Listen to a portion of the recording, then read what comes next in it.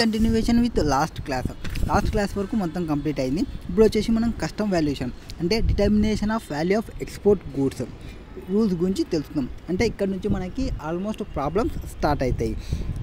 Okay, మనకి ఏమేమి ఉన్నాయని చెప్పినాము. ఇందులో వచ్చేసి రూల్ 2 నుంచి రూల్ 12 వరకు ఉంటాయని చెప్పినాము. రూల్ 2లో వచ్చేసి డెఫినేషన్, 3లో వచ్చేసి determination of method of valuation, 4లో వచ్చేసి comparison identical value, 5th computed value method, next 5th residual value method, 6th 7th declaration by the exporter, 8th rejected of declared value.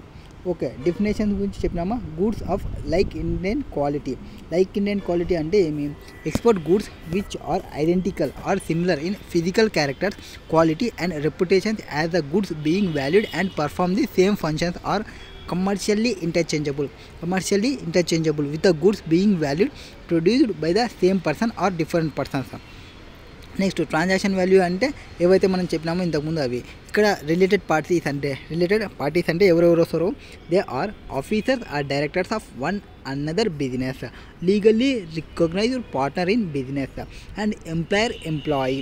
Next any person directly indirectly owns, controls, holds 5% or more outstanding voting stocks or shares or both of them. Only ఇక్కడ కస్టమ్స్లో 5% and జిఎస్టీలో 25%.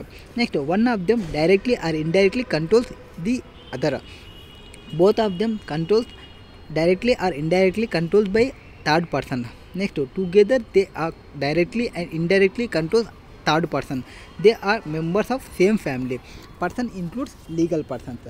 Persons who are associated in the business of one another is that one is the sole agent and sole distributor, sole concessionaire, however described of others shall be deemed to be related for this purpose. Next rule 3 ఏమి? Determination of method of valuations. Next determination of export value by comparison method use చేసి computed value rule 5. Rule 6 residual method. Rule 7 declaration by the exporter. Rule 8 వచ్చేసి rejected declared value. So ఇవన్నీ same ఇంపోర్ట్కి మనం ఏమైతే చెప్పినామో అవన్నీ same ఇక్కడ కూడా అట్లనే వచ్చేస్తాయి. నెక్స్ట్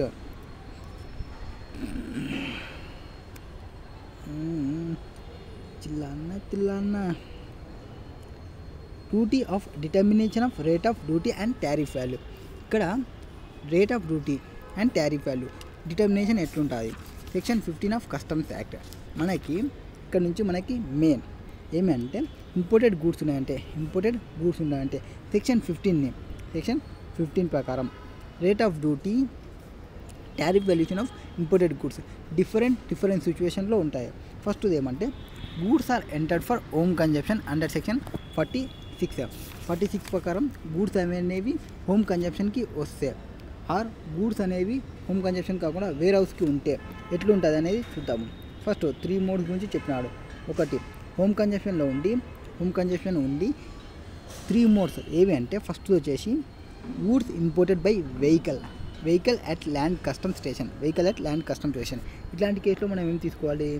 రేట్ అనేది date of filing the bill of entry under section 46 or date of arrival which ever is later.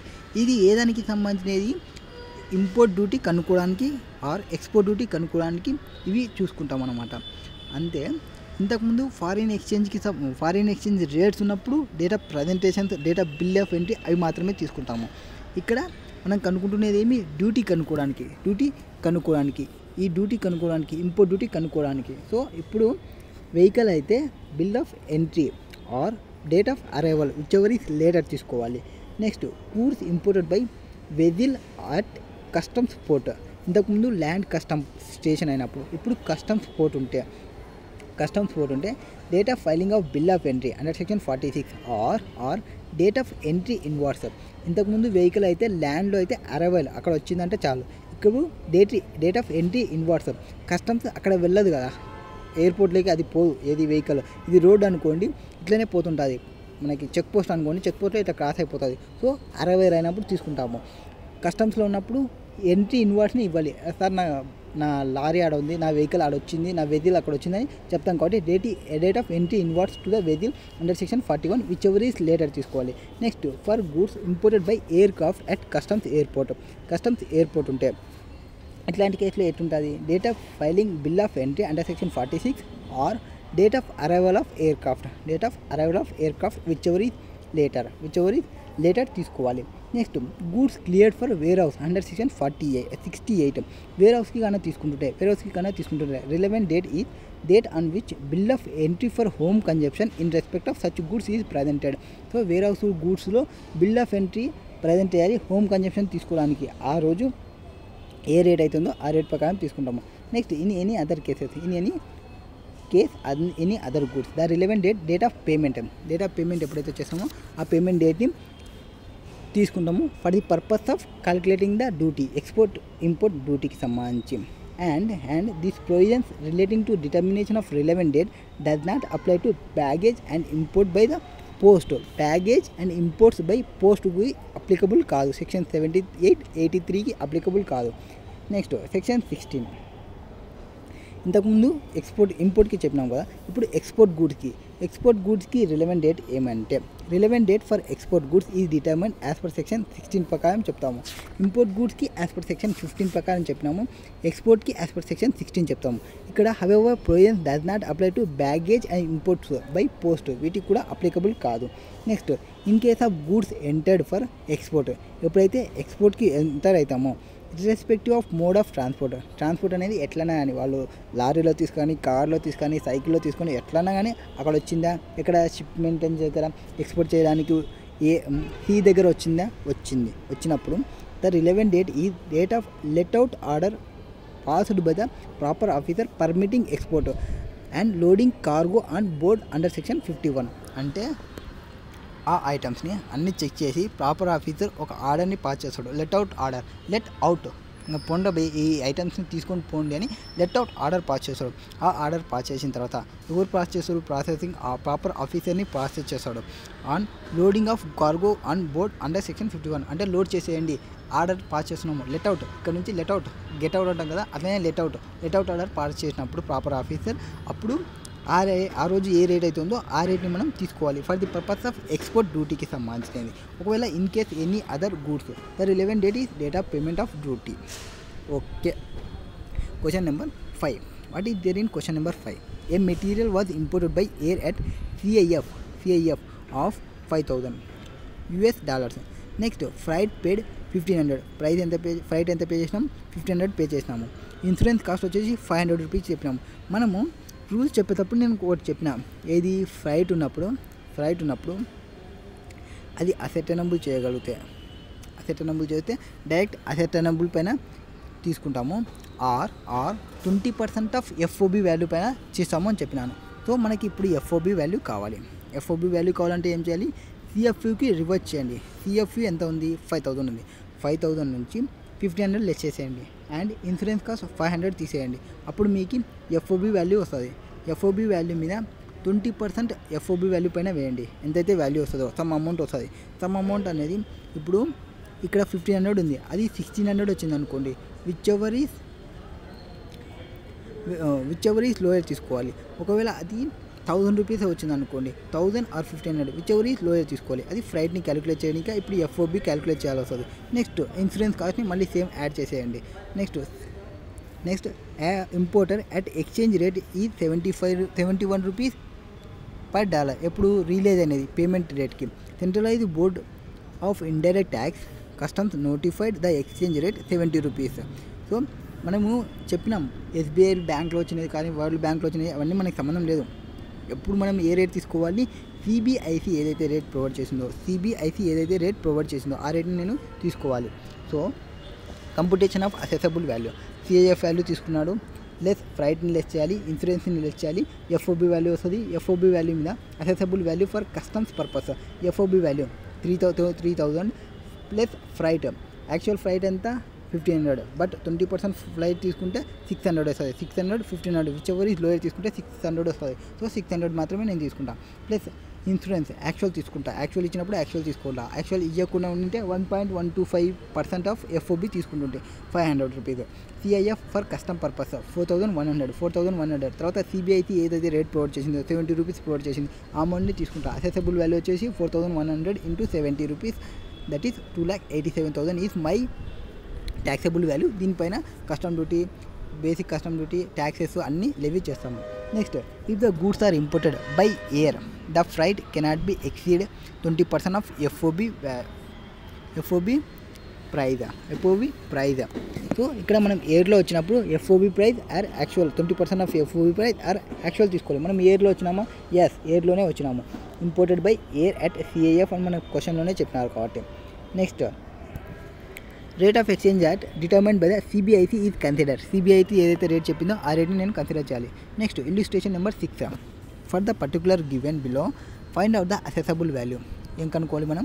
Assessable value కనుక్కోవాలి ఆఫ్ ద ఇంపోర్టెడ్ గూడ్స్కి సంబంధించినది. ఓకే, ఏమి ఇచ్చినారు మనకి?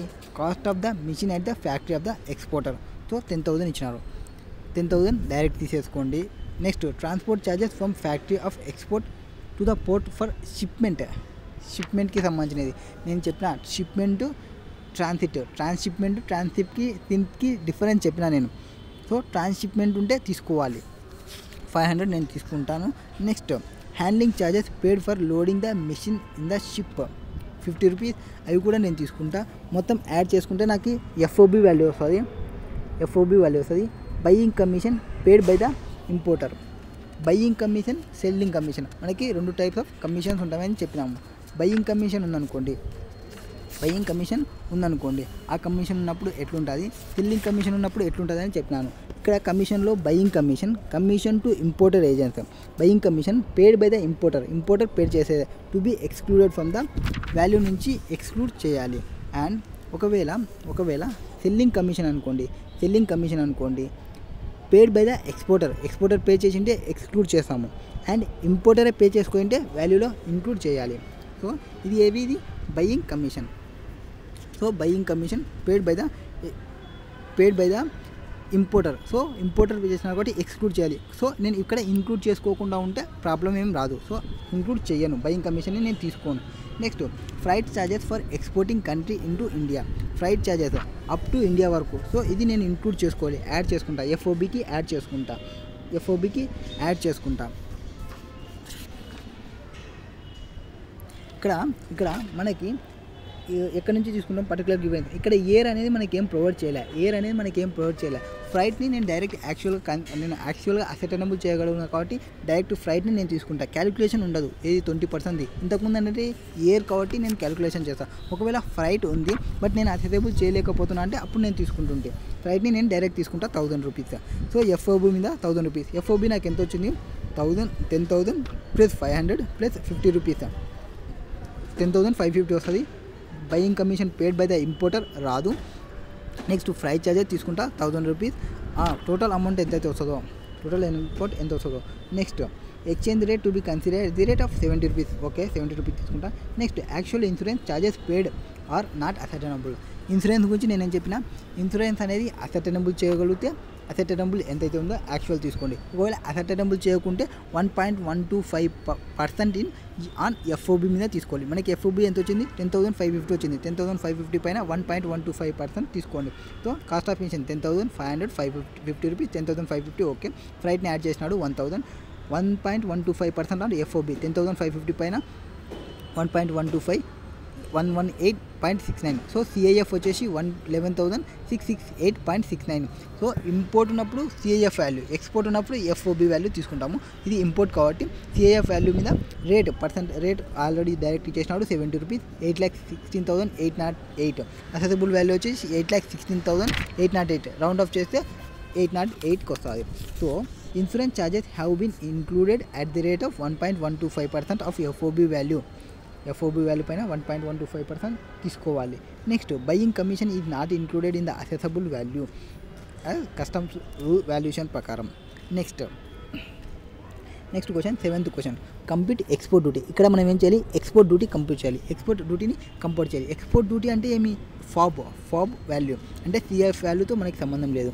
ఇక్కడ మనకి ఫాబ్ ప్రైస్ మీద డ్యూటీ పర్సంటేజ్ ఎంత ఉందో ఆ పర్సంటేజ్ వేస్తే చాలు. ఫాబ్ ప్రైస్ ఉందా మనకి? ఎస్, వాళ్ళు డైరెక్ట్ ఇచ్చేసినాడు. $1 1 lakh పైన మనం పర్సంటేజ్ ఎంతైతే పర్సంటేజ్ వస్తుందో ఆ పర్సంటేజ్ వేస్తే సరిపోతుంది. బట్ ఇది US డాలర్స్లో ఉంది కాబట్టి ఈ US డాలర్స్ని మనం ఇండియాలోకి కన్వర్ట్ చేయాలి. ఓకే, ఇండియాలోకి కన్వర్ట్ చేయడానికి రేట్ ఏముంటుంది?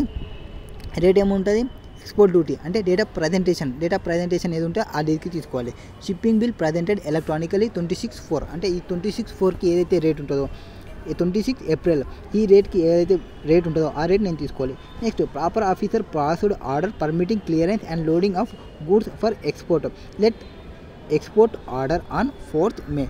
ఇది లెట్ ఎక్స్పోర్ట్ ఆర్డర్ ఏదైతే ఉందో exchange rate foreign exchange rate వచ్చేసి డేట్ ఆఫ్ ప్రజెంటేషన్ తీసుకోవాలి. ఎక్సైజ్ డ్యూటీ ఎక్స్పోర్ట్ డ్యూటీ ఏ రేట్ తీసుకోవాలి, ఎక్స్పోర్ట్ డ్యూటీ వచ్చేసి షిప్పింగ్ బిల్ ప్రజెంటెడ్ కానీ ఎక్స్పోర్ట్కి ఉన్నప్పుడు ఓన్లీ ఒకటే రేటే వస్తుంది. ఏది వస్తుంది, ప్రాపర్ ఆఫీసర్ ఎప్పుడైతే get out that is let out అని ఎప్పుడైతే చెప్తాడో లెట్ ఎక్స్పోర్ట్ ఆర్డర్ పాస్ చేస్తాడో ఆ రోజు ఏదైతే రేట్ ఉందో ఆ రేట్ని నేను తీసుకుంటా. రేట్ ఆఫ్ ఎక్స్చేంజ్కి డేట్ ఆఫ్ ప్రజెంటేషన్కి date of export duty calculation చేయడానికి రేట్ వచ్చేసి ప్రాపర్ ఆఫీసర్ చెప్పిన రేట్ నేను తీసుకుంటా. సో రేట్ ఆఫ్ ఎక్స్చేంజ్ ఏం తీసుకుంటా 26 ఏప్రిల్ది తీసుకుంటా. And rate of export duty ఏది తీసుకుంటా 8% తీసుకుంటా. సో అట్లా తీసుకుంటేనే calculation. FOB price of India 1 lakh వాడు క్వశ్చన్లోనే ఇచ్చినాడు, నో ప్రాబ్లం. 1 lakh into 70 తీసుకోవాలి. చూసుకోండి 1 lakh into 70 తీసుకోవాలి. ఎంత అవుతుంది, 70 lakhs అవుతుంది. 70 lakhs పైన 8% వేయాలి. 5,60,000 అవుతుంది. మనకు అంతే వచ్చిందా, 5,60,000 correct. As per section 14(1) of Customs Act 1962, assessable value of the export goods is the transaction value of such goods, which is the price actually paid or payable for the goods when sold for export from India for delivery at the time of place of exportation. Next, as per third proviso to section 14(1) of the Customs Act 1962, assessable value has to be calculated with reference to the rate of exchange notified by the CBIC and the date of presentation of shipping bill of export. So rate of exchange rate ఏది తీసుకోవాలి, date of presentation తీసుకోవాలి.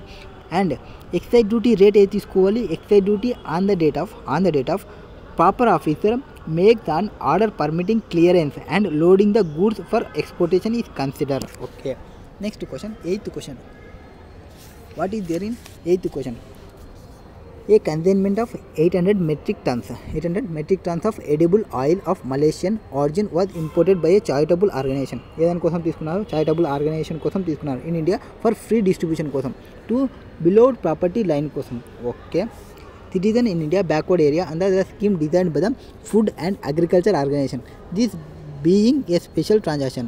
ఇది special transaction. Next, normal price of $10 per metric ton was charged. ఎంత charge చేసింది, $10 charge చేసింది for consignment to cover.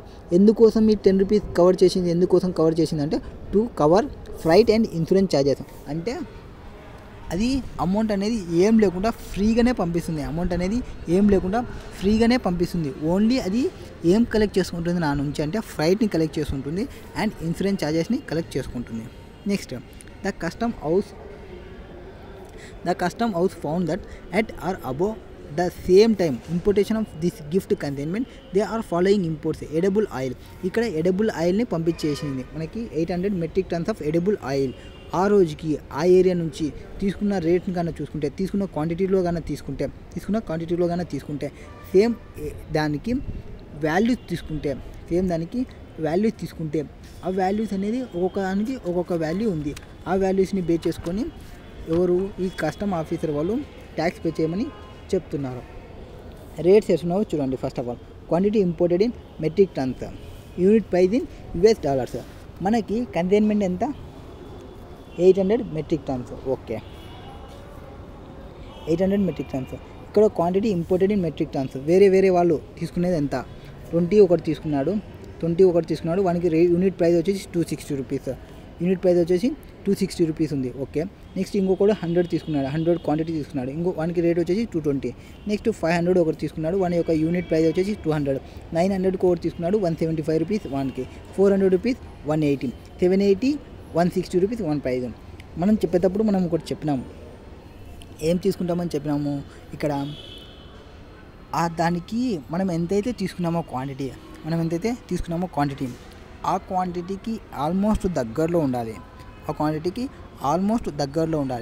ఆ దగ్గరలో ఉన్నదానికి వాల్యూ ఎంతైతే ఉందో, దట్ ఈస్ యూనిట్ ప్రైస్ ఎంతైతే ఉందో ఆ యూనిట్ ప్రైజ్ని నేను తీసుకుంటా అని చెప్పిన. సో ఫస్ట్ 20 100 అనుకోండి. 20 100 అంటే 800 ఎక్కడ, 20 100 ఎక్కడ. సో ఫస్ట్ రెండింటిని డిలీట్ చేసేయచ్చు డైరెక్ట్గా. నెక్స్ట్ 3 4 5 6 ఈ 4 కేసెస్లో 800కి దగ్గర ఉన్నది ఏది, 800కి దగ్గర ఉన్నది ఏది, 800కి దగ్గర అంటే 780 ఉంటుంది. ఓకే, 780 800కి దగ్గర. సో 780కి రేట్ ఎంత ఉంది, యూనిట్ ప్రైస్ ఎంత ఉంది, 160 రూపీస్ ఉంది. సో 160 రూపీస్ నేను తీసుకోవాలి ఏదానికి, డ్యూటీ పేయబుల్ క్యాలిక్యులేషన్ కోసం. 160 అంటే నాకు క్వాంటిటీ ఎంత, క్వాంటిటీ వచ్చేసి 800 మెట్రిక్ టన్స్ అనుకుంటా. 800 ఇంటూ 160 రూపీస్ తీసుకోవాలి. అది నాకు సిఐఎఫ్ వాల్యూ అవుతుంది. సిఐఎఫ్ వాల్యూ పైన ఎంత, 800 మెట్రిక్ టన్స్ ఇంటూ 160 వేసుకుంటే డాలర్స్లో వస్తుంది. ఆ డాలర్స్లో వచ్చిన అమౌంట్ని రేట్ ఎక్స్చేంజ్ రిలేటివ్ డేట్ 70 రూపీస్కి నేను కన్వర్ట్ చేసుకోవాలి. ఆ కన్వర్ట్ చేసిన వాల్యూ పైన 10% ట్యాక్స్ వేయాలి. Ignore integrated tax. So integrated tax, customs అవన్నీ లెస్ చేయాలి. First determination of transaction value of subjected goods. కొన్ని సబ్జెక్టెడ్ గూడ్స్ ఉన్నప్పుడు ఇన్ ద ఇన్స్టెంట్ కేస్ ఏం జరిగింది, while determining the transaction value of goods following factors need to be consider. కొన్ని ఫ్యాక్టర్స్ని consider చేయాలి. First ఏం కన్సిడర్ చేయాలంటే, in the instant case US $10 per metric tons has been paid only towards freight and insurance కోసం pay చేసింది. 10 rupees దానికోసం pay చేసింది to cover freight and insurance charges అనేది క్లియర్ చెప్పింది. So no amount has been paid or payable towards cost of goods sold. Cost of goods సోల్డ్కి ఏం pay చేయలేదు. therefore there is no transaction value. First అక్కడ transaction value అనేది లేదు, subject to goods. Consequently we have to look for transaction value of identical గూడ్స్కి పోవాలి as per rule 4 ప్రకారం. Rule 4 ప్రకారమే నేను ఎందుకు పోయినా అంటే, రూల్ 4 ప్రకారం మనకి ఏం చెప్తుంది, subject to the provisions of rule 3 value of imported goods shall be transaction value of identifiable goods sold for export to India and imported at or about the same time ఉండాలి. అని చెప్పినాం. మనకి క్వశ్చన్లో వాళ్ళు అదే చెప్పినారు, అట్ ఆర్ సేమ్ టైం. అక్కడ at or about same టైంకి మనకి ఎడబుల్ ఆయిల్లో చేసినారు అని చెప్పినారు. సో అందుకోసం నేను రూల్ 4కి వచ్చిన. అండ్ ఇంకోటి ఐడెంటికల్లో ఇన్ ద 6 ఇంపోర్టెడ్ గూడ్స్ మనకి ఎన్ని ఇచ్చినారు, 6 ఇంపోర్టెడ్ గూడ్స్ని ప్రొవైడ్ చేసినారు. ఈ 6 imported గూడ్స్లో during the relevant time the goods are identical in the description of the same country of origin. Same country నుంచి వచ్చినాయి. సో మలేషియా నుంచే వచ్చినాయి, సేమ్ ఆరిజిన్ నుంచి. నెక్స్ట్ 4.1లో ఏం చెప్తాము, comparable imports should be at the same commercial level and substantial same అన్నాము. So ఈ commercial level and substantially same ఉండాలి అని చెప్పినాము. Quantity has goods being valued commercial లెవెల్లో ఉండాలి, సబ్స్టాన్షియల్లీ ఈక్వలబుల్ ఉండాలి క్వాంటిటీలో. Since nothing is known about the level of transaction of the comparable consignment, it is assumed to be at same commercial level అనుకుంటాము. Next as far as the quantities are concerned, the consignment ఏవైతే 20 and 100 ఉన్నావో metric tons cannot be considered to be substantially అని మనం చెప్పము కూడా. 20 100 ఎక్కడ, 800 ఎక్కడ. So substantially the same quantity. Hence remaining 4 consignment left over for consideration. Remaining 4 ఉంటాయి. However unit price in this 4 consignment అంటే 4 కన్సైన్మెంట్ ఏవి మిగులుతాయి, ఇంకా 20ని 100ని తీసేస్తే 4 వచ్చేసి 500 900 400 780. ఈ 4 ఇట్లో అప్లయింగ్ ద రూల్ 4 ప్రకారం అక్కడ ఏం చెప్పింది, రూల్ 4 ప్రకారం ఎప్పుడైతే మోర్ దెన్ 1 ఉంటుందో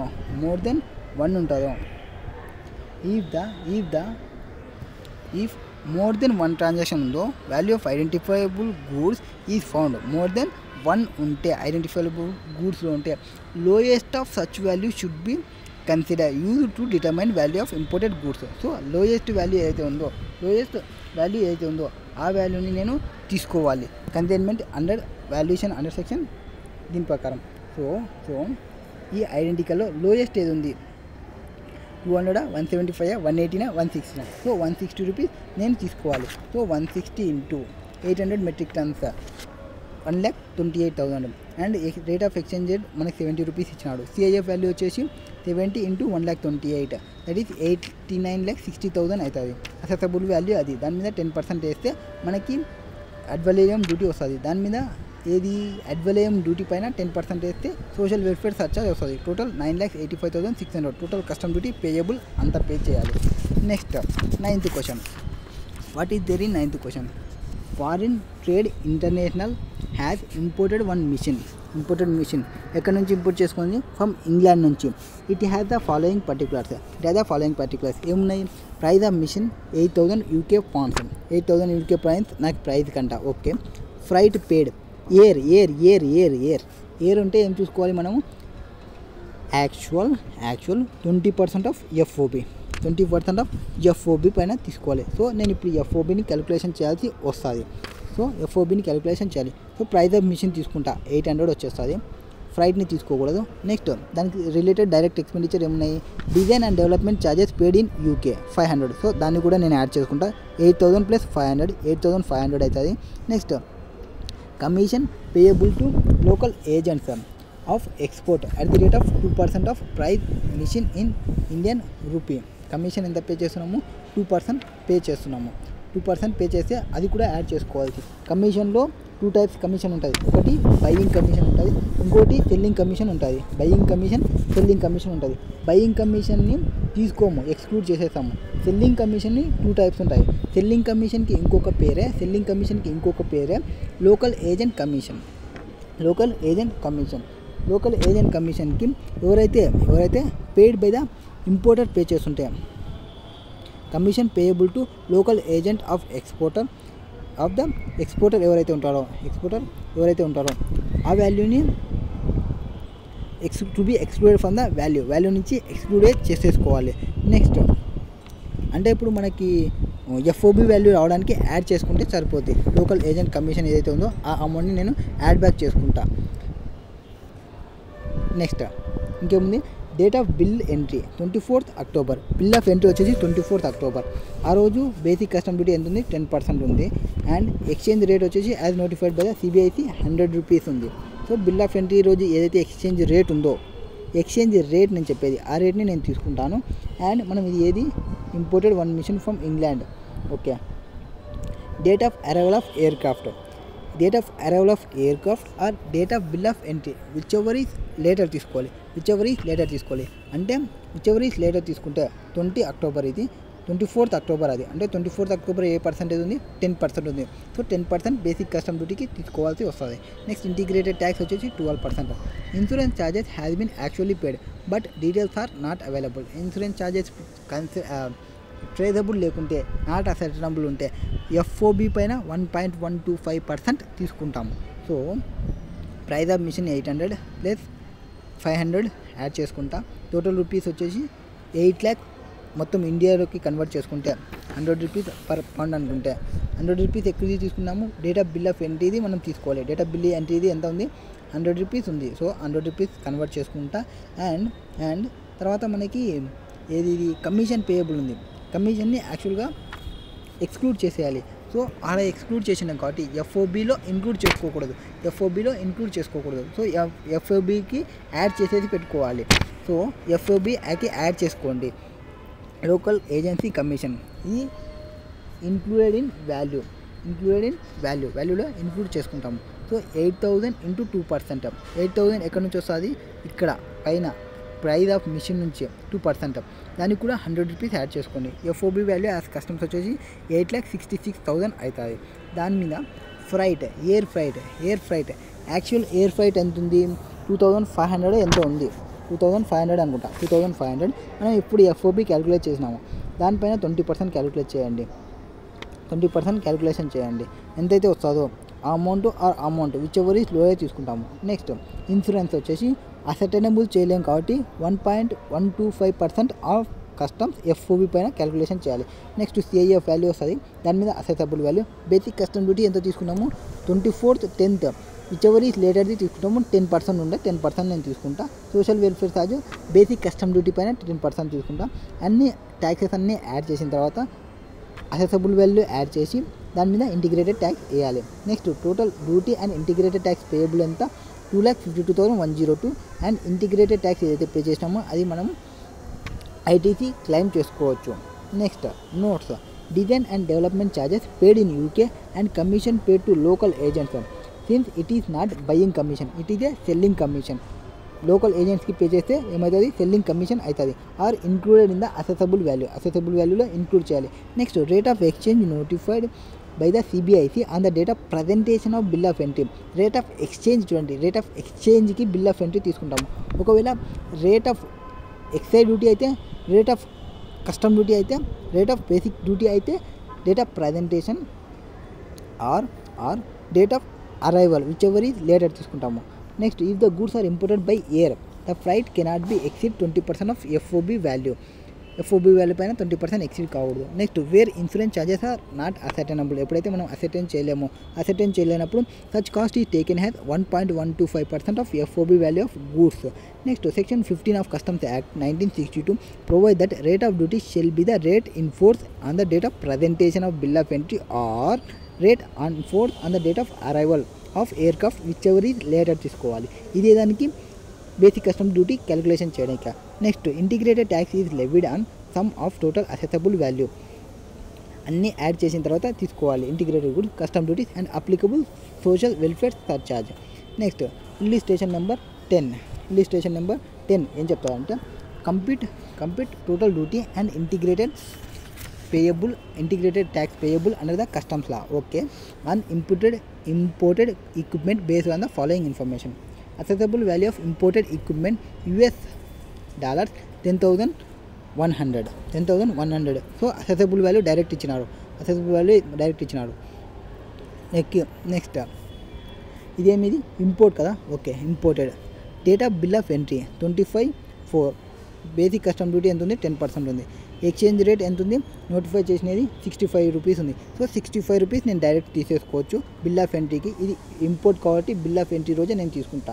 నెక్స్ట్ ఇది ఇంపోర్ట్ కాబట్టి date of entry and date of inward ఎప్పుడైతే ఉంటుందో విచ్ ఎవర్ ఈస్ లేటర్ తీసుకోవాలి. డేట్ ఆఫ్ ఎంట్రీ ఇన్వర్డ్ వచ్చేసి 21st April are 25th April which ever is later. So basic custom duty 10% తీసుకుంటా, 20% తీసుకోను, 10% తీసుకోవాలి. Next IGST 12%, social welfare surcharge 10 rupees. So నాకు almost అన్నీ వచ్చేసినాయి కదా.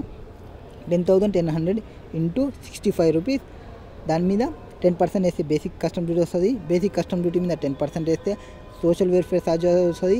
ఆ మూడింటిని యాడ్ చేస్తే దానిపైన 12% వేస్తే ఐజిఎస్టీ వస్తుంది. సో 10,100 ఇంటూ 65 రూపీస్, దానిపైన 10%, 65,650, 65,650 పైన 10% వేస్తే 6565 7,28,715 టోటల్ ఇంటిగ్రేటెడ్ ట్యాక్స్. దానిపైన 12% వేస్తే దానిపైన assessable value plus all charges applicable దానిపైన యాడ్ చేసుకుంటే 12% ఇంటిగ్రేటెడ్ ట్యాక్స్ వస్తుంది. 87,445 total custom duty and integrated duty payable 1,59,660. Rate of exchange duty notified by CBIC, ఏదైతే సిబిఐటీ తీసుకుంది and the date of filing of bill of entry applicable rate తీసుకోవాలి. Next rate of duty would be rate as prevalent at the date of filing of bill of entry or entry inwards which ever is later తీసుకోవాలి. Rate of ఎక్స్చేంజ్కి bill of entry ఒకటే తీసుకుంటాము. Rate of custom duty రేట్కి వచ్చేసి date of entry or date of entry inwards which ever is later తీసుకుంటాము. Next integrated tax is levied on sum total of all assessable value imported goods custom duties applicable social welfare surcharges. Next question 11th question. What is there in 11th question? 11th క్వశ్చన్లో వచ్చేసి assessable value of an item imported is 1 lakh import చేసుకున్నాము. Basic custom duty వచ్చేసి 10%, integrated tax వచ్చేసి 12%, social welfare tax వచ్చేసి 10%. Complete the total custom duty and integrated tax. Direct 1 lakh పైన 10% వేసుకోండి, 10,000 వస్తుంది. 10,000 మీద 10% వేసుకోండి, 1,000 వస్తుంది. 1,11,000 వస్తుంది. దానిపైన 12% వేస్తే 30,320 టోటల్ కస్టమ్ డ్యూటీ పేయబుల్ అన్నీ తీసుకుంటాము. సో ఇక్కడ మనం పాయింట్ ఏం రాయాలంటే social welfare surcharge is presently exempted in on IGST and GST compensation cess. Next question number 12. From the following particulars calculate total custom డ్యూటీని క్యాలిక్యులేట్ చేయాలంట. Okay, date of presentation of bill of entry. Okay, particulars date of presentation bill of entry వచ్చేసి 12th June. Okay, ఆ రోజు rate ఎంత ఉంది, 20%. Inter bank exchange rate 61.60 rupees and road notified by the CBIC 70 rupees. Inter బ్యాంకులు, SBI బ్యాంకులు, world బ్యాంకులు, చెత్త బ్యాంకులు, ఈ బ్యాంకులు, ఆ బ్యాంకులో రేట్ తీసుకోము. ఓన్లీ సిబిఐసి రేట్ ప్రొవైడ్ చేసినది తీసుకుంటాము. అంటే నేను ఎంత తీసుకోవాలి, 70 రూపీస్ తీసుకోవాలి. 70 రూపీస్ తీసుకోవాలి. డేట్ ఆఫ్ ప్రజెంటేషనే తీసుకోవాలి కస్టమ్ డ్యూటీ ఉన్నప్పుడు, ఇంపోర్ట్ డ్యూటీ ఉన్నప్పుడు.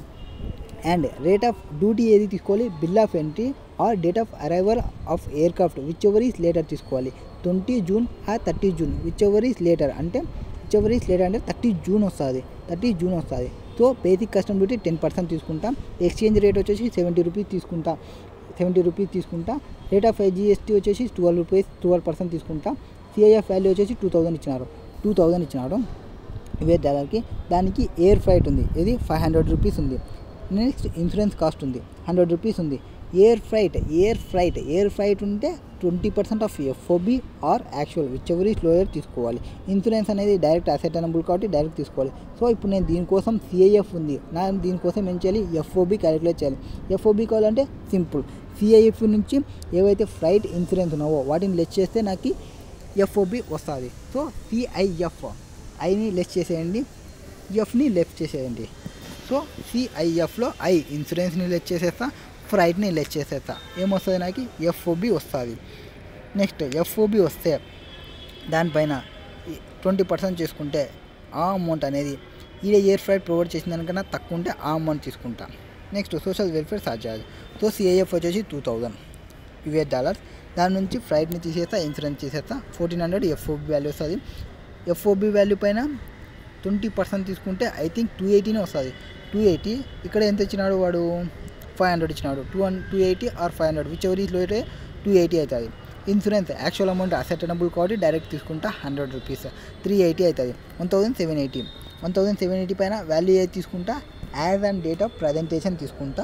అది కూడా సిబిఐసి ప్రొవైడ్ చేసినది, 70 రూపీస్ తీసుకుంటా. Assessable value basic custom duty వచ్చేసి 10% తీసుకోవాలి అసెసబుల్ వాల్యూ పైన. సోషల్ వెల్ఫేర్ ఛార్జ్ దానిపైన తీసుకోవాలి, బేసిక్ కస్టమ్ డ్యూటీ పైన 10% తీసుకుంటా. నెక్స్ట్ ఐజిఎస్టీ ఏం తీసుకోవాలి, assessable value plus basic custom duty plus social welfare charge పైన 10% తీసుకోవాలి, 12% తీసుకోవాలి. Total duty and integrated tax. Next notes, if the goods are imported by air కన్నా ఇంపోర్ట్ చేస్తే, ఎయిర్తో కానీ ఇంపోర్ట్ చేస్తే the flight cannot be exceed 20% of FOB price. Next rate of exchange notified by CBIC and the date of presentation of bill of entry would be the rate of applicable rate of exchange की date of presentation తీసుకోవాలి.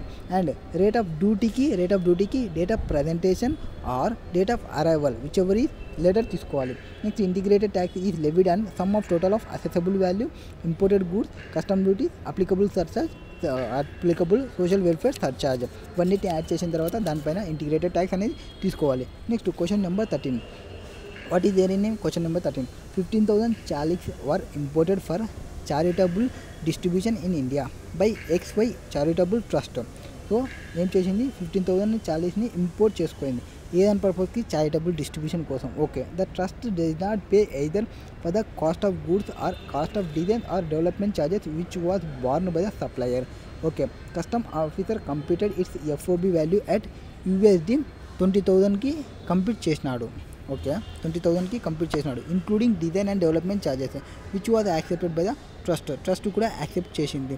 Next other డీటెయిల్స్ని provide చేసినాడు. Other డీటెయిల్స్ని ఏం provide చేసినాడు means అతను 20,000ని arrive అయినాడు కదా, ఆ arrive అయిన దానికి క్యాలిక్యులేషన్ ప్రకారం కొంచెం చెప్తున్నాడు ఏది అనేది.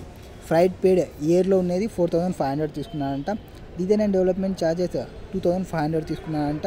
Next commission payable to an agent in India that is local agent 12,500 తీసుకున్నాడంట. ఓకే, అండ్ ఇక్కడ మొత్తం 20,000 తీసుకున్నాడు కదా ఫస్ట్ వాల్యూ వచ్చేసి. ఓకే, ఎవరు కస్టమ్ ఆఫీసర్ క్యాలిక్యులేట్ చేసిన ఎఫ్ఓబి వాల్యూ వచ్చేసి 20,000. దాని నుంచి మనం ఏం చేయాలి, అడిషన్స్ డెలిషన్స్ ఏమైనా ఉంటే డెలిషన్స్ చేసుకోవాల్సి వస్తుంది. ఇది commission payable to an agent in India that is selling commission కదా. ఈ సెల్లింగ్ కమిషన్ అనేది ఎక్స్క్లూడ్ చేయాలి. సెల్లింగ్ కమిషన్ అనేది ఎక్స్క్లూడ్ చేయాలి. ఎందుకు ఇంపోర్టర్ అనేవాడు ఇక్కడ ఏం పే చేయలేం. సెల్లింగ్ కమిషను ఇంపోర్టర్ ఏమైనా పే చేసింటే వాల్యూలో ఇంక్లూడ్ చేస్తుంటుంది. ఇక్కడ ఇంపోర్టర్ ఏం పే చేయడం లేదు, సో ఎక్స్పోర్టరే పే చేసుకుంటాడు కాబట్టి వాల్యూ నుంచి ఎక్స్క్లూడ్ చేయాల్సి వస్తుంది. బట్ ఇక్కడ వాళ్ళు ఏం చేసినారు, 20,000 including design and development charges అవి మాత్రమే ఉన్నాయి. ఓకే, సో ఇప్పుడు నేను ఈ 12,500ని యాడ్ చేసుకోవాల్సి వస్తుంది ఏదానికోసం, ఎఫ్ఓబి కోసం. Next, exchange rate notified by CBIC and rate of basic custom duty is as date of bill of entry. Date of bill of entry వచ్చేసి 8th September, 20% 70 rupees. So bill of entry రోజు ఏదైతే exchange rate ఉందో అది తీసుకుంటా, అంటే 70 rupees నేను తీసుకుంటా. And date of arrival, date of bill of entry or date of arrival which ever is later తీసుకోవాలి. దట్ ఈస్ 30 September నేను తీసుకుంటా. 30 Septemberకి ఏ పర్సెంటేజ్ ఉంది, 10% ఉంది. 10% నేను తీసుకుంటా. ఇంటర్ బ్యాంక్ రేట్ నాకు సంబంధమే లేదు. Integrated tax 12%. Social welfare surcharge as applicable, అంటే 10% అని బేసిక్ కస్టమ్ డ్యూటీ తీసుకోవాలి. Next, complete total custom duty and integrated tax ఎంత వస్తుందో చూసుకోండి అని చెప్తున్నాడు. ఓకే, ఫస్ట్ ఏం చేయాలంటే FOB value calculated by custom officer including design and development charges 20,000 and selling commission ఏవైతే ఉందో అది యాడ్ బ్యాక్ చేసుకుంటా. Payable to agent in India. So FOB value computed by custom officer 14 lakhs అవుతుంది. ఏది 20,000 into 70 rupees చేసుకుంటాం. Commission payable to agent in India 12,500. టోటల్గా FOB value ఎంత అవుతుంది ఇంక్లూడ్ చేసిన తర్వాత 14,12,500 అవుతుంది. సో నెక్స్ట్, దీనికి నేను ఏమేమి చేసుకోవాలి, ఫ్రైట్ ఇన్సూరెన్సెస్ యాడ్ చేసుకుంటే నాకు సిఐఎఫ్ వాల్యూ వస్తుంది. ఫ్రైట్ ఎట్లా తీసుకోవాలి, ఎయిర్ ఫ్రైట్ కాబట్టి 20% of FOB or actual which ever is lower తీసుకోవాలి. సో 14,12,500 ఎంతైతే వస్తుందో ఆ అమౌంట్ యాక్చువల్ ఎంత ఉందో చూసుకొని విచ్ ఎవర్ ఈజ్ లోయర్ తీసుకోండి. And insurance value 1.125% of FOB పైన తీసుకోవాలి. ఎఫ్ఓబి వాల్యూ ఎంత, 14,12,500 into 1.125% తీసుకుంటాం. సిఐఎఫ్ వాల్యూ వస్తే అది అసెసబుల్ వాల్యూ అవుతుంది. ఆ అసెసబుల్ వాల్యూ పైన బేసిక్ కస్టమ్ డ్యూటీ 10% తీసుకుంటా. సోషల్ వెల్ఫేర్ సర్చార్జ్ వచ్చేసి 10% తీసుకుంటా. దానిపైన assessable value plus social welfare surcharge plus basic custom duty into 12% తీసుకుంటా. Next, total custom duty and integrated tax payable వచ్చేసి 4,16,888. So rate of exchange notified by CBIC and date of filing of bill of entry as been consider. ఏది rate of exchange తీసుకోవాలి notified by CBIC, అది కూడా date of filing of bill of ఎంట్రీకి rate తీసుకోవాలి. Next, in case of goods imported goods ఉన్నప్పుడు when ఈ freight అనేది 20%కి ఎక్సీడ్ కాకూడదు ఎఫ్ఓబి పైన. నెక్స్ట్, ఇన్సూరెన్స్ ఛార్జెస్ మనం అసెటనబుల్ చేయలేకుంటే 1.125% of FOB of value of goods పైన నేను తీసుకోవాలి. Next, rate of duty will be the rate in force on the date of presentation of bill of entry or date of arrival of aircraft which ever is later తీసుకోవాలి. Next, integrated tax is levied and some of total assessable value, imported goods, custom duties and applicable social surcharge. Next, mister backup imported second hand goods from UK. Second hand goods ఎక్కడి నుంచి తీసుకుంటున్నాను, UK నుంచి తీసుకుంటున్నాను. By air okay, which was contracted on CIF basis. వీళ్ళు CIF బేసిస్లో తీసుకుంటున్నారంట. So మనకి CIF బేసిస్లో వస్తుంటే మనం దాన్ని ఎఫ్ఓబికి తీసుకోవాల్సి వస్తుంది. ఎందుకు ఎఫ్ఓబి క్యాలిక్యులేషన్ చేస్తున్నాము, ఇది ఇయర్లో ఉంది కాబట్టి ఇయర్లో ఉన్నప్పుడు ఎఫ్ఓబి అనేది 20% or actual which ever is lower తీసుకోవాలి. కాబట్టి నేను ఎఫ్ఓబి క్యాలిక్యులేషన్ చేయాల్సి వస్తుంది. సో ఎఫ్ఓబి కావాలంటే నాకు ఏం చేయాలి, సిఐఎఫ్ నుంచి ఐని ఎఫ్ని తీసేస్తే చాలు. ఐ ఏమి ఇన్సూరెన్స్, ఎఫ్ ఏమి ఫ్రైట్. సో ఆ రెండింటిని నేను తీసేస్తే సరిపోద్ది. సో వాళ్ళు ఆల్రెడీ ఆ వాల్యూతోనే తీసుకుంటున్నారంట. ఏ దానిపైన, సిఐఎఫ్ వాల్యూలో తీసుకుంటున్నారంట. ఓకే, సిఐఎఫ్ వాల్యూ వచ్చేసి కాంట్రాక్ట్ ప్రైస్ ప్రకారం 5,000, చేంజ్ ప్రైస్ వచ్చేసి 5,800, నెగోటియేటెడ్ ప్రైస్ వచ్చేసి 5,500. సో కాంట్రాక్ట్లో అనుకునేది వాళ్ళు 5,000, చేంజ్ వచ్చేసి 5,800. సార్ రేట్ అనేది చేంజ్ అయింది సార్, 5,800 అంటున్నాడు. ఇతను కాంట్రాక్ట్ మాట్లాడుకునేది 5,000కి. ఇంకా ఇద్దరు డిస్కషన్లోకి వచ్చినారు. 5,800 అంటే నాకు ఎక్కువ అవుతుంది సార్, 5,000 అంటే నాకు తక్కువ అవుతుంది సార్ అంటున్నాడు. అట్లా నీ మాట కాదు నా మాట కాదు, 5,000కి ఒక 5,500 మిడిల్ రేట్ వేసిస్తా అని అంటున్నాడు. 5,500 అవుతుంది. So 5,500 is actually paid or payable. ఎంత, 5,500. ఎంతకి యాక్సెప్ట్ చేస్తున్నారు, 5,500 is actually paid or payable. Okay, అర్థమైందా? ఇది కాంట్రాక్ట్ ప్రైస్ 5000, చేంజ్ ప్రైస్ 5800. అక్కడ సైడ్ పర్సన్ ఏమంటాడు 5800 రావాలి అని అతను అంటాడు. లేదు సార్ నేను కాంట్రాక్ట్లో మాట్లాడుకుని 5000 అంటాడు. ఇద్దరు మిడిల్లోకి వచ్చినది ఎంత 5500కి. యాక్చువల్లీ పేడ్ ఆర్ పేయబుల్ ఎంత 5500. ఈ వాల్యూ నేను సిఐఎఫ్ వాల్యూకి తీసుకోవాలి 5500 తీసుకొని ఆ అమౌంట్ నుంచి నేను ఏమి తీసుకోవాలి సిఐఎఫ్ నుంచి ఐ ఇన్సూరెన్స్ తీసేస్తా, ఎఫ్ ఫ్రైట్ తీసేస్తా, ఎఫ్ఓబి నాకు వచ్చేస్తుంది. సో ఎయిర్ ఫ్రైట్ నాకు ఎంత ఉంది ఆ రోజుకి రేటు 500 ఉంది, 500 తీసేస్తా. ఇన్సూరెన్స్ ఎంత ఉంది 600 ఉంది, 600 నేను తీసేస్తా. 5500 నుంచి 500 తీసేస్తే 5000 వస్తుంది. 5000 నుంచి 600 తీస్తే 4400 వస్తుంది. That is my FOB. Next other details for computing assessable value and duty payable are table below. Okay, vendor inspection charges.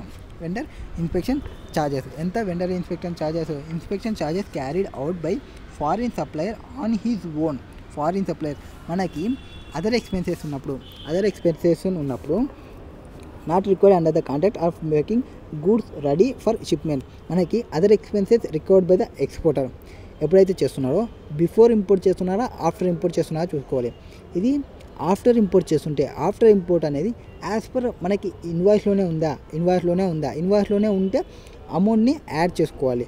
ఒకవేళ ఆ ఇన్వాయిస్ ప్రకారం కాకుండా అతను ఓన్ ఇంట్రెస్ట్లో చేస్తుంటే ఆ అమౌంట్ని కన్సిడర్ చేయము, అంటే ఇంక్లూడ్ చేయము. ఒకవేళ బిఫోర్ ఇంపోర్ట్ అయితే అది వాల్యూని వాడు ఆల్రెడీ ఇంక్లూడ్ చేసుకొని ఉంటాడు. సో ఇది ఆఫ్టర్ జరుగుతుంది కాబట్టి అండ్ మనకి ఇన్వాయిస్లో ఎక్కడ చెప్పలేదు కాబట్టి ఈ 600 నేను ఎక్కడ కన్సిడర్ చేయను. 600 నాకు సంబంధం లేదు వెండర్ ఇన్స్పెక్షన్ ఛార్జెస్కి. Next commission payable to local agent at the rate of 1% of FOB in local currency. Local currency, that is selling commission. Selling కమిషన్ని కూడా నేను కన్సిడర్ చేయను. సెల్లింగ్ కమిషన్ కూడా నాకు ఆఫ్టర్ సేల్ కాబట్టి నాకు ఎక్స్క్లూడ్ చేయాలనేది నేను ఇప్పుడు కన్సిడర్ చేయకుండా ఉంటే సరిపోద్ది. సో కమిషన్ని నేను కన్సిడర్ చేయను. నెక్స్ట్ ఇంకేముంటుంది? Date of bill of entry, basic custom duty, exchange rate. Bill of entry 18th February, arrival 15th February. So which ever it later 18th February అవుతుంది. సో కస్టమ్ డ్యూటీ 10% తీసుకుంటా. And CBIC rate ఏం తీసుకోవాలి? Bill of entry తీసుకోవాలి 1 or 2 rupees తీసుకుంటా. Okay, inter bank rate inter bank మనకు సంబంధం లేదు. Compute assessable value and calculate basic value. So negotiated price వచ్చిందా? సిఐఎఫ్ వచ్చేసి నెగోషియేటెడ్ ప్రైస్ ఎంత ఉంది? 5500. సో 5500 నుంచి 500 తీసేస్తా, దాని నుంచి ఇన్సూరెన్స్ తీసేస్తా 600. ఎఫ్ఓబి వాల్యూ వస్తుంది 4400. ఎఫ్ఓబి వాల్యూని ఎక్స్చేంజ్ చేసుకుంటా 1 or 2ని ఎక్స్చేంజ్ చేసుకుంటే 4,48,800 వస్తుంది. వెండర్ ఇన్స్పెక్షన్ ఛార్జెస్ నేను కన్సిడర్ చేయను కాబట్టి నేను చేయను. And commission payable to local agent ఇది పేడ్ బై ఇంపోర్టర్ పే చేస్తుంటే, ఒకవేళ ఇంపోర్టర్ పే చేస్తుంటే అది ఇంక్లూడెడ్ ఇన్ వాల్యూ. ఈ లోకల్ ఏజెంట్ కమిషన్కి సంబంధించినది అయితే ఎంత? 1% ఎఫ్ఓబి వాల్యూ పైన 1% తీసుకోవాలి, అది యాడ్ చేసుకుంటా 4488. Next FOB value as per customs 4,53,288. Next add freight ఎంత యాడ్ చేసాము? 500 into 102. నెక్స్ట్ ఇన్సూరెన్స్ చేసి 600 into 102. ఆ రోజు రేట్ ఏదైతే ఉందో 102 రేట్, ఆ రేట్ ప్రకారమే నేను అన్ని కన్వర్షన్ చేసుకుంటూ వస్తున్నా. సో నాకు ఫ్రైట్ అనేది డైరెక్ట్ చెప్పేసినారు. అది కూడా ఫ్రైట్ అనేది ఎయిర్ ఫ్రైట్ అనేది ఏం చెప్పలే. సారీ, మనకి ఎయిర్ ఫ్రైట్ అని చెప్పినట్టున్నారే. ఒక నిమిషం చూద్దాం. ఫ్రైట్ వచ్చేసి air freight. So air freight ఉంది కాబట్టి ఎఫ్ఓబి వాల్యూ ఎంత వచ్చింది మనకి? FOB value 4,48,000. కస్టమ్స్ 4,53,288. దానిపైన 20% చేయండి. 4,53,288 పైన 20% చేస్తే మీకు ఎంత అవుతుందో 45 into 2 అంటే మ్యాక్సిమం 90,000 దగ్గర వస్తుంది అనుకుంటా. 90,000, 51,000 విచ్ ఎవర్ ఈస్ లోయర్ తీసుకుంటే 51,000 వస్తుంది. సో ఫ్రైట్ని 51,000 తీసుకున్నారు. ఇన్సూరెన్స్ యాక్సెప్టబుల్ కాబట్టి డైరెక్ట్ తీసుకుంటా 600 into 102. 61,200. అసెసబుల్ వాల్యూ వచ్చేసి ఇంత వస్తుంది. దాని మీద 10% basic custom duty, social welfare and basic custom duty పైన integrated tax custom duty payable వచ్చేసి 62,204 custom duty payable. Next as per section 14 of custom tax the value of imported goods in the transaction value which means price actually paid or payable for goods. In this case, since the contract was renegotiated and the importer paid the renegotiated price, the transaction value would be such renegotiated price and not the contract price. Next, rate of exchange notified by CBIC on the date of filing of bill of entry will be considered as per third proviso to section 14 of Customs Act 1962. Next, only the payment actually paid has condition of sale of imported goods to the buyer to the seller are included the assessable value under the rule 10(1)(e) of the customs valuation. So charges of vendor inspection on goods carried out by foreign supplier on his own are not required to make goods ready for shipment కోసం కాదు, ఏదాని కోసం కాదు, వానికి డబ్బులు ఎక్కువ వాడు చేపిస్తున్నాడు and are customer satisfaction బాగుండాలని చేపించుండవచ్చు, అంతేకాని అది నా ఎక్స్పెండిచర్ కాదు. Not included in the assessable value of the imported goods. Next, commission paid to local agent. Since it is not a buying commission, it is a selling commission కాబట్టి include చేసుకుంటా in the assessable value on the presumption that local agent has been appointed by the exporter. ఎవరు appoint చేసింటారో exporter appoint చేసింటారు.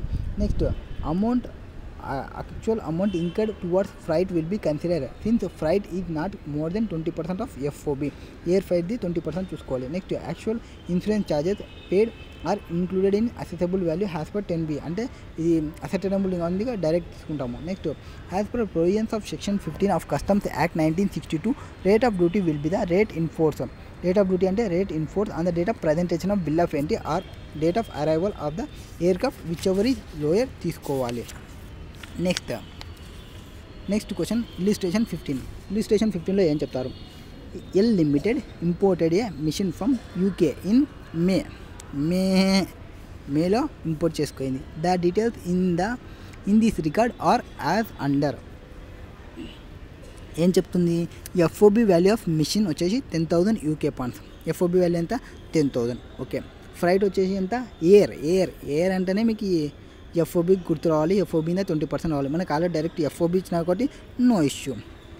3,000 UK pounds. 3,000 UK pounds. Next, licence fee the buyer was required to pay in UK 400 UK. Licence fee ఎంత pay చేయాలి? 400 rupees pay చేయాలి. Okay, 400 rupees pay చేయాలి. అంటే ఈ FOBకి డైరెక్ట్ వాల్యూ లైసెన్స్ ఫీ అవుతుంది. ఫస్ట్ లైసెన్స్ ఫీ అవుతుంది. So FOBకి 10,000 + 400 చేసుకోవాల్సి వస్తుంది. 10,400 వస్తుంది. అది కస్టమ్ FOB అవుతుంది. Next, buying commission paid in India. ఇండియాలో బయింగ్ కమిషన్ పేడ్ చేస్తున్నామంటే buying commission paid in India not included in the assessable వాల్యూలో ఇంక్లూడ్ చెయ్యము.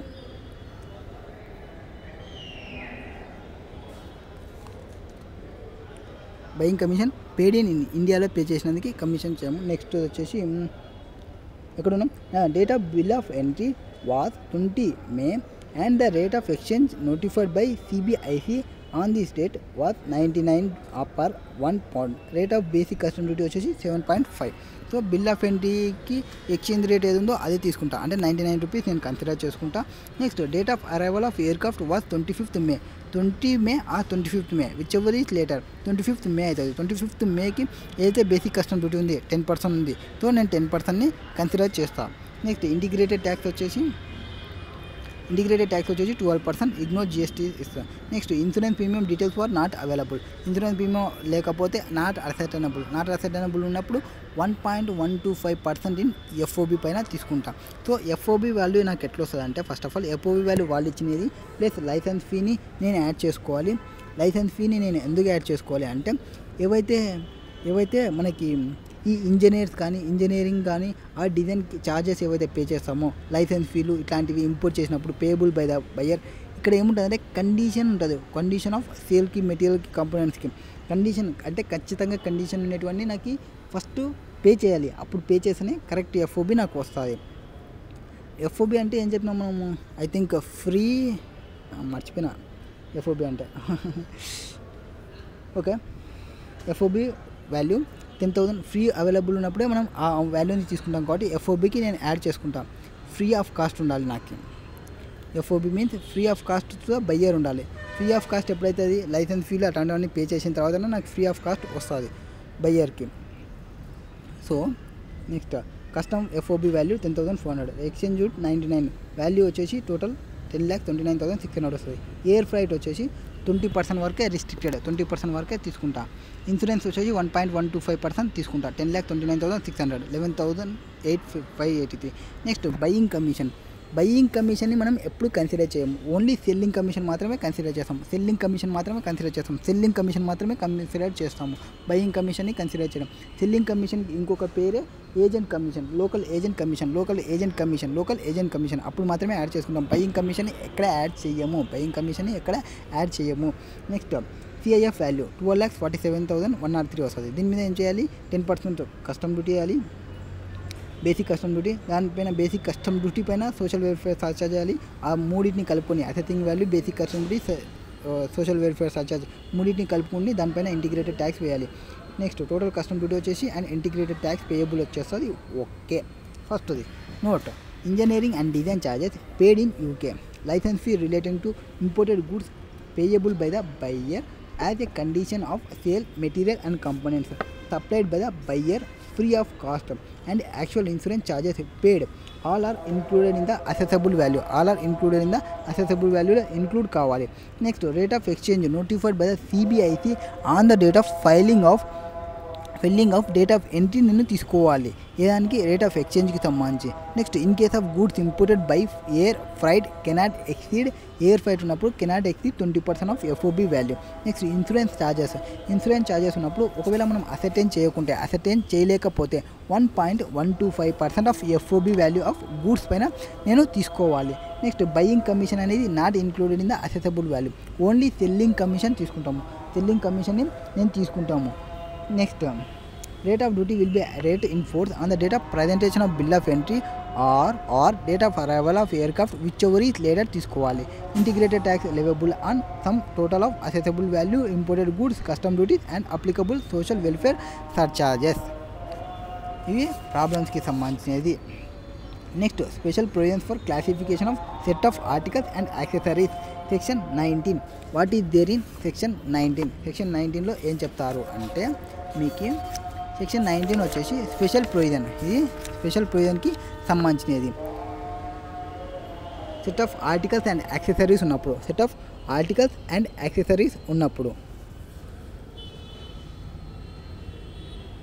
ఇక్కడ articles liable to duty with reference to quantity shall be chargeable to that duty. ఏదైతే reference quantity ఉంటుందో quantity పైన తీసుకుంటాము. Next articles liable to duty with reference to value shall if the liable to duty at the same rate be chargeable to duty at the rate, and if they are liable to duty at different rates be chargeable to duty at the highest such rates. So highest రేట్స్తో వేసుకోవాలని చెప్తాము. Next ఎప్పుడైతే duty liable వస్తుందో కేసులో, next articles not liable to duty shall be chargeable to duty at the rate at which articles liable to duty with reference to value are liable under B class, that is highest value తీసుకుంటాము. however some accessories and spare parts are maintained and repairing implementations, any articles which satisfy the conditions specified in rules made in this behalf shall be chargeable at the same rate of duty as that articles. ఏమంటారంటే మనకి first మూడు ఏం చెప్తున్నా అంటే quantity based పోతాము, are కొన్ని items వేరే items ఉన్నాయి, ఒకటే ఐటమ్స్గా కన్సిడర్ చేస్తున్నాం. ఒక్కొక్క ఐటమ్స్కి తీసుకుంటే హైయెస్ట్ రేట్ ఏమైతే ఉంటుందో ఆ రేట్ని తీసుకుంటాము. డిఫరెన్స్ రేట్స్ ఉన్నప్పుడు హైయెస్ట్ రేట్గా తీసుకుంటాము. ఒకవేళ ఈ యాక్సెసరీస్ ఉంటాయి కొన్నిటికి, ఇప్పుడు బైసికిల్ ఉంది, సైకిల్ ఉంది, సైకిల్కి ఒక రేట్ వస్తుంది మొత్తం అన్నీ కలిపితే. పార్ట్స్గా తీసుకుంటే అంటే నేను సీట్ ఒకటి తీసుకుంటే, బ్రేక్స్కి ఒక రేటు, సీట్కి ఒక రేటు, టైర్స్కి ఒక రేటు, ఇట్లా డిఫరెంట్ రేట్స్ ఉన్నాయనుకోండి. ఇండివిజువల్గా సేల్ చేసేటప్పుడు డిఫరెంట్ రేట్గానే తీసుకుంటా. బట్ నేను వన్స్ అన్నిటినీ కలిపి నేను అమ్ముతుంటే ఒకటే రేట్ తీసుకోవాలి, సేమ్ రేట్ ఆఫ్ డ్యూటీ తీసుకోవాలి అన్ని ఆర్టికల్స్ పైన, ఈవెన్ వేరే దానికి వేరే రేట్ ఉన్నప్పటికీ. అది ఫస్ట్ చెప్పేది. Next, if importer provides evidence to the satisfaction of the proper officer or the evidence is available regarding the value of any article liable to different rate of duty, such article shall be chargeable to duty separate at rate applicable to it. అట్లా కాకుండా అతను క్లియర్గా చెప్తున్నాడు sir నేను tyres వేరే పర్సన్కి అమ్మినాను, seats వేరే పర్సన్కి అమ్మినాను, బ్రేక్స్ వేరే పర్సన్కి అమ్మినాను. సో అట్లా డిఫరెంట్ క్లాసిఫికేషన్ క్లియర్గా ప్రొవైడ్ చేస్తే డిఫరెంట్ రేట్స్తో ట్యాక్స్ వేస్తాము. అది next, as per accessory rules, accessories and spare parts and maintenance, repairing, implementation of any articles when imported along with the article shall be chargeable at the same rate of duty. So ఒకటేసారి తీసుకుంటే same rate తీసుకుంటాము. Relevant కేసులు అని provide చేసినారు. Test knowledge next వీడియోలో చూద్దాం. నేను test knowledge